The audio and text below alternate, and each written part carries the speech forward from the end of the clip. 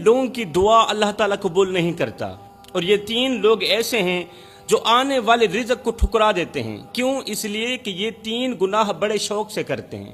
پہلا گناہ اپنے سگے بھائی سے نفرت کرنا، سگے بھائی سے لڑنا جھگڑنا، بھائی سے دوری اختیار کرنا، ہمیشہ کے لیے نہ بولنا، اپنے اندر ضد رکھنا، انا رکھنا، بھائی کو اچھا نہ سمجھنے والا جو عمل ہے نا، یہ آنے والے رزق کو ٹھکرا دیتا ہے، یہ انسان کی دعا قبول نہیں ہونے دیتا۔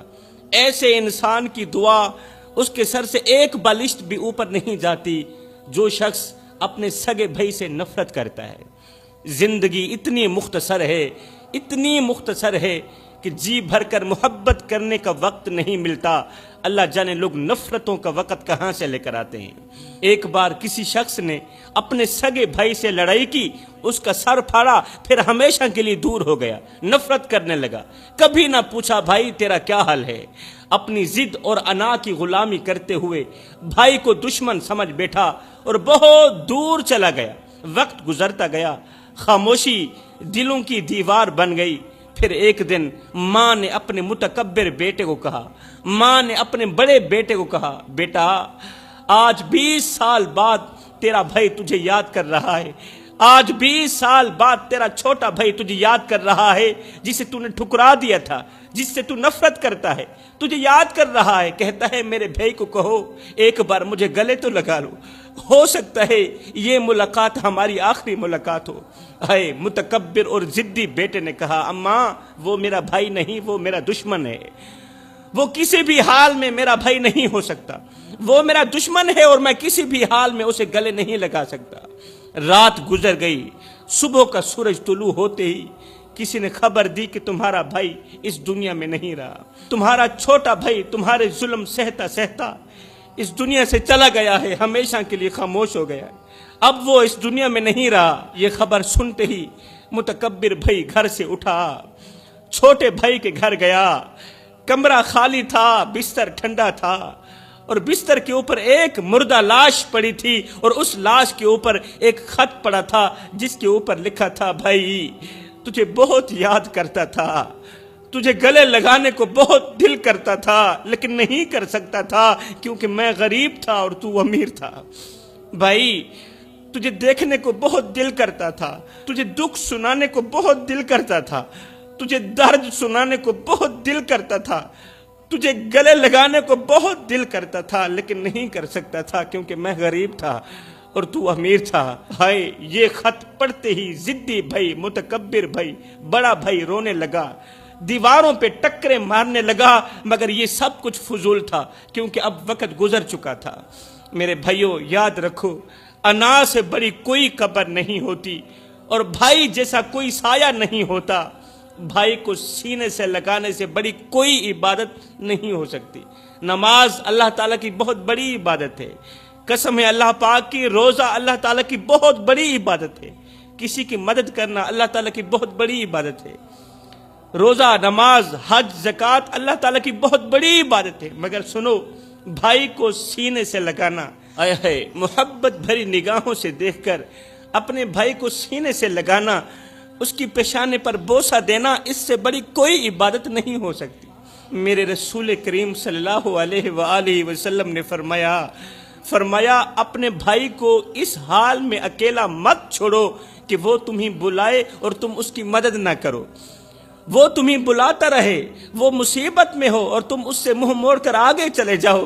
اگر ایسا کرو گے تو یاد رکھنا قیامت کے دن اللہ تمہارے ساتھ وہی سلوک کرے گا جو تم نے اپنے بھائی کے ساتھ کیا ہوگا۔ اگر تم نے اپنے بھائی کا دل دکھایا ہے، اگر تم نے اپنے بھائی کی زندگی تباہ کی ہے، تو یاد رکھ زندگی میں کانٹوں کے سوا کچھ نہیں ملے گا۔ پھر پوری زندگی سکون کا سوچنا بھی مت، تیرے پاس پیسہ ہوگا، مال ہوگا، دولت ہوگی، سب کچھ ہونے کے باوجود بھی تجھے نیند نہیں آئے گی، تیرا دل بے قرار رہے گا، تیرا دل بے چین رہے گا، اس لیے کہ تو نے اپنے سگے بھائی کا حق مارا، تو نے اپنے سگے بھائی کے ساتھ دشمنی کی۔ میرے محترم بھائیوں یاد رکھو، جس گھر میں بھائی آپس میں لڑتے ہوں، ایک دوسرے کے خلاف زہر اگلتے ہوں، وہاں رحمت کے فرشتے نہیں اترا کرتے، وہاں اللہ کی رحمت نہیں اترتی بلکہ شیطان کا بسیرا ہوتا ہے۔ وہاں محبت کے گلدستے نہیں کھلتے، وہاں نفرت کے کانٹے چبھتے ہیں۔ جہاں بھائی ایک دوسرے کی آنکھوں میں آنکھیں ڈال کر بات نہ کر سکیں، وہاں شیطان اپنا بستر بچھا کر بیٹھ جاتا ہے اور رحمان ناراض ہو جاتا ہے۔ ایسے گھروں میں نہ خوشی کا چہرہ مسکراتا ہے، نہ رزق کا دروازہ کھلتا ہے۔ رزق کے دروازے ایسے گھر کے لیے بند ہو جاتے ہیں۔ رب نے بھائی کے رشتے کو کچھ یوں باندھا ہے کہ دونوں کی رضا میں ہی رب کی رضا ہے۔ سبحان اللہ۔ دونوں کی خوشی میں ہی آسمان سے رزق کے دروازے کھلتے ہیں، دونوں کی خوشی میں ہی اللہ کی خوشی ہے۔ جس گھر میں چار بھائی آپس میں ہنستے ہوں، مسکراتے ہوں، ایک دوسرے کو گلے لگا کر بیٹھتے ہوں، ایک دوسرے کو سینے لگا کر سوتے ہوں، ایک دوسرے پر راضی ہوں، قسم خدا کی فرشتے ایسے گھر کو تلاش کر کے رزق پہنچاتے ہیں۔ ایسا گھر آگے ہوتا ہے، رزق ان کے پیچھے ہوتا ہے۔ ایسا گھر رزق کے لیے پریشان نہیں ہوتا۔ اور اگر ان کے درمیان بغض آ جائے، اگر ان بھائیوں کے درمیان نفرت آ جائے تو وہی دروازے اللہ تعالیٰ بند بھی کر دیتا ہے۔ جو رحمت کے دروازے کھولنے کی طاقت رکھتا ہے نا، ان کے گھر کی طرف رزق کے دروازے کھولنے کی طاقت رکھتا ہے نا، تو جب بھائیوں کے اندر نفرت آ جاتی ہے تو پھر اللہ تعالیٰ وہی دروازے بند کر دیتا ہے۔ بھائی کا چہرہ اگر غمگین ہو تو سمجھ لو تمہارا مقدر بھی رو رہا ہے۔ ہاں، اگر بھائی کا چہرہ غمگین ہے، اگر بھائی تمہاری وجہ سے رو رہا ہے تو مت سمجھو کہ تم خوش ہو، سمجھ لو تمہارا مقدر بھی اس وقت چیخ رہا ہے اور تمہارے اوپر افسوس کر رہا ہے۔ بھائی کی آنکھوں میں آنسو لا کر کہتے ہو کہ ہماری دعا قبول نہیں ہوتی، بھائی کو رلا کر کہتے ہو کہ تمہاری دعا قبول نہیں ہوتی۔ میرے بھائیو، اگر تم چاہتے ہو کہ تمہارے بچوں کا نصیب سنور جائے، تمہارے گھروں میں سکون ہو اور تمہاری زندگیوں میں آسانی ہو، تو ایک کام کرو، اپنے بھائی کا ہاتھ تھام لو۔ سبحان اللہ۔ یہ کام بالکل چھوٹا سا ہے، اللہ تعالیٰ تمہیں اس قدر دے گا کہ مالا مال کر دے گا، بڑے بڑے امیر لوگ تمہاری امیری پر رشک کریں گے۔ اگر تم چاہتے ہو تمہارے گھروں میں سکون ہو، رزق کی بارش برسے، تو پھر ایک کام کر لو، اپنے بھائی کا ہاتھ تھام لو۔ اختلافات کو ختم کرو، دلوں کو صاف کرو، اور یاد رکھو جس گھر کے دروازے بھائیوں کی مسکراہٹ سے کھلتے ہیں نا، اس گھر کے رزق کے دروازے آسمان سے کھلتے ہیں۔ سبحان اللہ۔ یاد رکھو میرے محترم بھائیو، جب کسی گھر میں ماں باپ کی عزت نہ کی جائے، ماں باپ کی عزت نہ کی جائے، بھائی بھائی سے نفرت کرنے لگے اور بیٹی پردے کے بجائے فیشن میں ڈوب جائے، تو یاد رکھنا اس گھر کے رزق سے برکت اٹھا لی جاتی ہے۔ جس گھر میں ماں باپ کی عزت نہ کی جائے، بھائی بھائی سے نفرت کرنے لگے، بیوی شوہر کو بھی عزت کرنے لگے، بیٹی پردے کے بجائے فیشن میں ڈوب جائے، تو اس گھر کے رزق سے برکت ہمیشہ کے لیے اٹھا لی جاتی ہے۔ جب زبانوں پر شکایتیں، دلوں میں بغض اور آنکھوں میں حیا کی جگہ بے غیرتی آ جائے، تو پھر اس گھر کی دیواریں بھی گواہی دیتی ہیں کہ یہاں سکون دفن ہو چکا ہے۔ پھر اس گھر کی دیواریں گواہی دیتی ہیں یہاں چین و قرار دفن ہو چکا ہے، یہاں رزق حلال دفن ہو چکا ہے۔ جب کوئی کسی یتیم کا حق دبا دے، کسی وارث کی زمین چھین لے، بہن کو جہیز کے تانے دے، بیوی کو ماں کے خلاف کرے اور کسی غریب کے آنسوں پر مسکرا دے، تو سمجھ لو اللہ کی غیرت جاگ جاتی ہے۔ ایسے گھروں پر اللہ کی رحمت نہیں اترتی، اللہ کا عذاب اترتا ہے۔ روزی آتی ہے مگر بیماریاں لے کر آتی ہے، عزت رہتی ہے مگر بے قدری کے ساتھ رہتی ہے، اس کی کوئی قدر نہیں رہتی معاشرے میں، اور رشتے ہوتے ہیں مگر محبت کے بغیر ہوتے ہیں، نفرت کے ساتھ ہوتے ہیں رشتے۔ غربت وہاں نہیں آتی جہاں کھانے کم ہوں، ارے غربت وہاں آتی ہے جہاں دل تنگ ہو۔ جو رزق دوسروں کے آنسو چھین کر آتا ہے نا، وہ کبھی خوشی نہیں دیتا۔ جو پیسہ دوسروں کے آنسو چھین کر آتا ہے وہ کبھی خوشی نہیں دیتا، صرف پریشانیوں کی دلدل میں دھکیلتا ہے اور نسلوں کی جڑیں کاٹ کر رکھ دیتا ہے ایسا رزق۔ اس لیے اگر چاہتے ہو کہ گھر میں سکون ہو، رزق میں برکت ہو اور چہرے پر مسکراہٹ باقی رہے، تو گناہوں سے توبہ کرو، اللہ اکبر، اور دلوں کو پاک کرو، ورنہ وقت ایسی مار مارتا ہے کہ صرف چھت نہیں گرتی، نسلیں بھی بکھر جاتی ہیں۔ میرے بھائیو، ایک دن حضرت سیدنا موسیٰ علیہ السلام نے اللہ تبارک و تعالی سے عرض کی، یا باری تعالی مجھے بتانا کہ دنیا میں سب سے گندا انسان کون ہے اور سب سے اچھا انسان کون ہے۔ میرے اللہ نے فرمایا، اے موسیٰ دنیا میں سب سے گندا انسان وہ ہے جس کے دل میں تکبر ہو، جو میرے بندوں کو حقیر سمجھے، جو دوسروں کو خود سے کم تر سمجھے اور خود کو دوسروں سے اعلیٰ تر سمجھے، جو اپنی عبادت پر گھمنڈ کرے اور جو کسی کا دل توڑ کر یہ سمجھے کہ اس نے بہت بڑی نیکی کی ہے، سمجھو وہ دنیا کا سب سے بڑا گندا ترین انسان ہے۔ اور ہاں موسیٰ، سب سے اچھا انسان وہ ہے جو عاجز ہو، انکساری کرے، لوگوں کو معاف کر دے، کوئی اسی کا دل دکھائے تو وہ معاف کر دے، کوئی اس کا حق مارے وہ معاف کر دے، کوئی اس کو تھپڑ مارے وہ معاف کر دے، لوگوں کو معاف کرے، ہر کسی کے ساتھ نرمی سے پیش آئے، کسی کے گناہوں کو اچھالے نہیں بلکہ گناہوں پر پردہ ڈالے۔ فرمایا یہ وہ انسان ہے جو دنیا کا سب سے بڑا اچھا انسان ہے۔ اے موسیٰ، سب سے گندا لباس وہ نہیں جو پھٹا ہو، بلکہ وہ ہے جو غرور سے پہنا گیا ہو، اور سب سے خوبصورت چہرہ وہ نہیں جو حسین ہو، بلکہ خوبصورت چہرہ وہ ہے جس پر عاجزی ہو، جس کے اندر حیا ہو۔ اللہ اکبر! یہ سن کر حضرت موسیٰ علیہ السلام کی آنکھوں سے آنسو بہنے لگے۔ عرض کی، یا باری تعالیٰ مجھے ایسا بنا دے کہ میرا دل کبھی کسی پر فخر نہ کرے، میرے اندر فخر نہ ہو، میرے اندر عاجزی رہے، اور میری زبان کسی کا دل نہ دکھائے، کسی کے دل پر وار نہ کرے۔ اللہ تعالیٰ نے فرمایا، موسیٰ اگر تم چاہتے ہو کہ میں تم سے راضی رہوں تو میرے بندوں کے لیے وہی سوچو جو تم اپنے لیے سوچتے ہو، جو تم اپنی اولاد کے لیے اچھا سوچتے ہو نا، تو پھر میرے بندوں کے لیے بھی وہی سوچو۔ اللہ فرماتا ہے، میں نہ تو کسی محل میں رہتا ہوں، نہ کسی بلند و بالا آسمان میں رہتا ہوں، میں اس دل میں رہتا ہوں جو میرے بندوں سے محبت کرتا ہے، جو نرم ہوتا ہے اور جو معاف کرنا جانتا ہے۔ ایک دن حضرت موسیٰ علیہ السلام نے اللہ تعالیٰ سے عرض کی، یا باری تعالیٰ مجھے وہ بندہ دکھا دے جس سے تو سب سے زیادہ محبت کرتا ہے۔ اللہ مجھے وہ بندہ دکھا جس سے تو سب سے زیادہ پیار کرتا ہے، سب سے زیادہ محبت کرتا ہے۔ اللہ تعالیٰ نے فرمایا، اے موسیٰ جاؤ، فلاں بستی میں ایک بوڑھی عورت رہتی ہے، بس وہ میرا محبوب ہے۔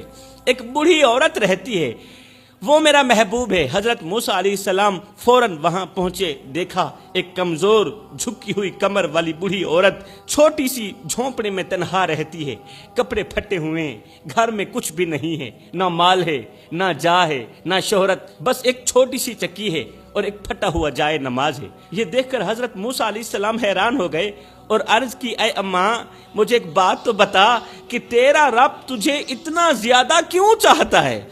اماں تیرا رب تجھے اتنا کیوں چاہتا ہے، وجہ تو بتا، تو اللہ کی محبوبہ کیسے بن گئی؟ ہے یہ سنتے ہی بوڑھی عورت رو پڑی، رو کر کہنے لگی، بیٹا میں کسی کا دل نہیں دکھاتی، کوئی میرے ساتھ برا بھی کرے تو میں اسے معاف کر دیتی ہوں، کسی کے حق میں بد دعا نہیں کرتی، اور جو کچھ بھی مجھے ملتا ہے اسے رب کی رضا سمجھ کر میں اللہ تعالیٰ کا شکر ادا کرتی ہوں۔ یہ سنتے ہی حضرت موسیٰ علیہ السلام کے دل پر ایک لرزہ سا طاری ہو گیا اور آسمان کی طرف دیکھ کر کہنے لگے، یا اللہ واقعی تیرا محبوب تو وہی ہو سکتا ہے جو تیری مخلوق سے محبت کرتا ہے۔ سبحان اللہ۔ اللہ تعالیٰ نے فرمایا، اے موسیٰ جو میرے بندوں کو معاف کرنا سیکھ جائے میں اسے بغیر حساب کے معاف کر دوں گا۔ سبحان اللہ۔ میرے محترم بھائیو، آج ہم نہ جانے کس گہری نیند میں سوئے ہوئے ہیں، نہ قبر کا خوف ہے، نہ حساب کا ڈر، نہ نیکی کی طلب، نہ گناہوں سے نفرت۔ ہم وہ امت بن چکے ہیں جو آذان کی آواز پر تو نہیں جاگتی لیکن دنیا کی آواز پر دوڑ پڑتی ہے۔ جن کے ہاتھوں میں قرآن ہونا چاہیے تھا آج وہاں موبائل ہے، جن کی زبان پر تسبیح ہونی چاہیے تھی وہاں فضول باتیں ہیں، اس زبان میں غیبت ہے، شکایتیں ہیں، ناشکری ہے۔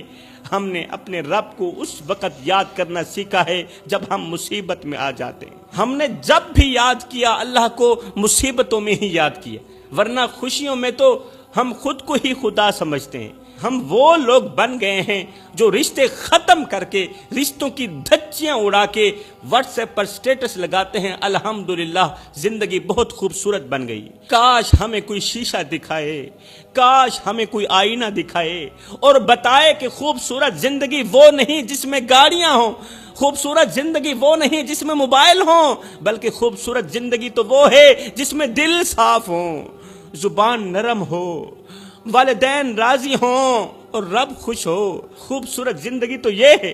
جوانو، جب ایک دکھی انسان رات کی تنہائی میں سجدے میں گر کر کہتا ہے نا اللہ تو دیکھ رہا ہے نا میں بہت تکلیف میں ہوں، اللہ میں بہت درد میں ہوں، مگر تیرے بندوں نے میرے دل کو کھلونا بنا کر توڑ ڈالا، تو جوانو یہ دکھی آواز صرف فرشتے نہیں سنتے، خود عرش کا مالک بھی سنتا ہے، خود عرش کا مالک بھی سنتا ہے۔ خدارا کسی کو اتنا مت ستاؤ کہ وہ اللہ کے سامنے تمہارا نام لے کر رو پڑے۔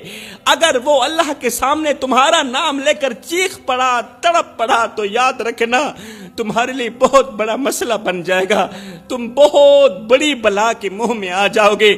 ہائے نہ ہم رہے دل لگانے کے قابل، نہ دل رہا غم اٹھانے کے قابل، ربا تیرے بندوں نے دیے اتنے غم کہ چھوڑا نہ ہمیں مسکرانے کے قابل۔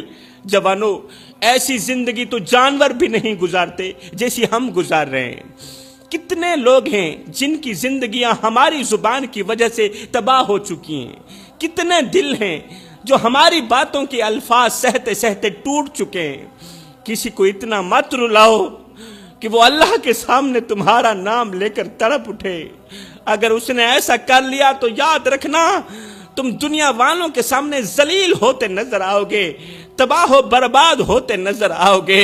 ہم تو وہ نادان بن چکے ہیں کہ ہم صدقہ دیتے وقت، خیرات دیتے وقت تصویر تو بنا لیتے ہیں، مگر یہ نہیں سوچتے کہ جس ہاتھ میں ہم روٹی تھما رہے ہیں اس ہاتھ نے شاید کتنی بار عزت بچانے کے لیے فاقہ کیا ہو، اس ہاتھ نے شاید کتنی بار اپنی عزت بچانے کے لیے وہ ہاتھ بھوکا رہا ہو، کتنی بار اس نے پیاس سہی ہو، کتنی بار وہ پیاسا رہا ہو، کتنے دن وہ بھوکا رہا ہو۔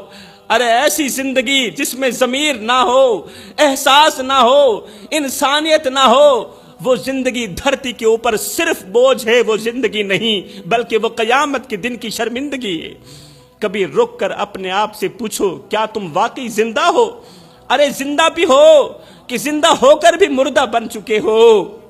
ہم وہ لوگ بن چکے ہیں جو کسی کے پاؤں میں جوتی ڈال کر پہلے کیمرہ آن کرتے ہیں اور پھر تصویر کے نیچے لکھتے ہیں الحمدللہ خدمت کا موقع ملا۔ ہم تو وہ نادان لوگ ہیں، مگر ہمیں یہ احساس نہیں ہوتا کہ جس کے پاؤں میں ہم نے جوتی ڈالی اس کی عزت نفس تو ہم نے اپنے کیمرے میں دفن کر دی، اس کی عزت کو تو ہم نے اپنے موبائل کے اندر مجروح کر دیا، کیونکہ ہمیں تو شہرت چاہیے، کسی کی غیرت روند کر ہمیں تو ویوز چاہیے۔ خدارا میرے بھائیو، کسی غریب کو جوتی پہناؤ مگر اس کی تصویر مت بناؤ، اسے کھانا کھلاؤ مگر کیمرے میں اس کا چہرہ مت دکھاؤ، کچھ بھی کرو دنیا کو نہ بتاؤ۔ رب کافی ہے تمہاری گواہی کے لیے، رب کافی ہے تمہیں عطا کرنے کے لیے، کسی کو نہ بتاؤ، رب ہی کافی ہے تمہاری تعریف کرنے کے لیے۔ ایسی زندگی تو کتے بھی گزارنا پسند نہیں کرتے، جہاں نہ دل میں احساس ہو، نہ زبان میں نرمی ہو، نہ آنکھوں میں شرم ہو، نہ عمل میں انسانیت ہو، جہاں رشتے صرف مفاد کے لیے ہوں، عبادت صرف دکھاوے کے لیے ہو، نیکی صرف تصویروں کے لیے، موبائلوں کے لیے ہو۔ یہ زندگی نہیں، یہ بہت بڑی شرمندگی ہے میرے محترم بھائیو۔ یہ زندگی کہاں ہے؟ ایسی زندگی گزارنا تو کتے بھی پسند نہیں کرتے۔ یہ زندگی نہیں، یہ شرمندگی ہے، اور یہ زندگی کے لمحے تمہارے اور میرے لیے غنیمت۔ انہی لمحوں میں کچھ کر لو، انہی لمحوں میں کچھ اکٹھا کر لو، انہی لمحوں میں خدا کی یاد اور محبت کے دیے اپنے دل میں جلا لو۔ معلوم نہیں پھر فرصت ملے نہ ملے، معلوم نہیں پھر یہ زندگی کے لمحے ملے نہ ملے۔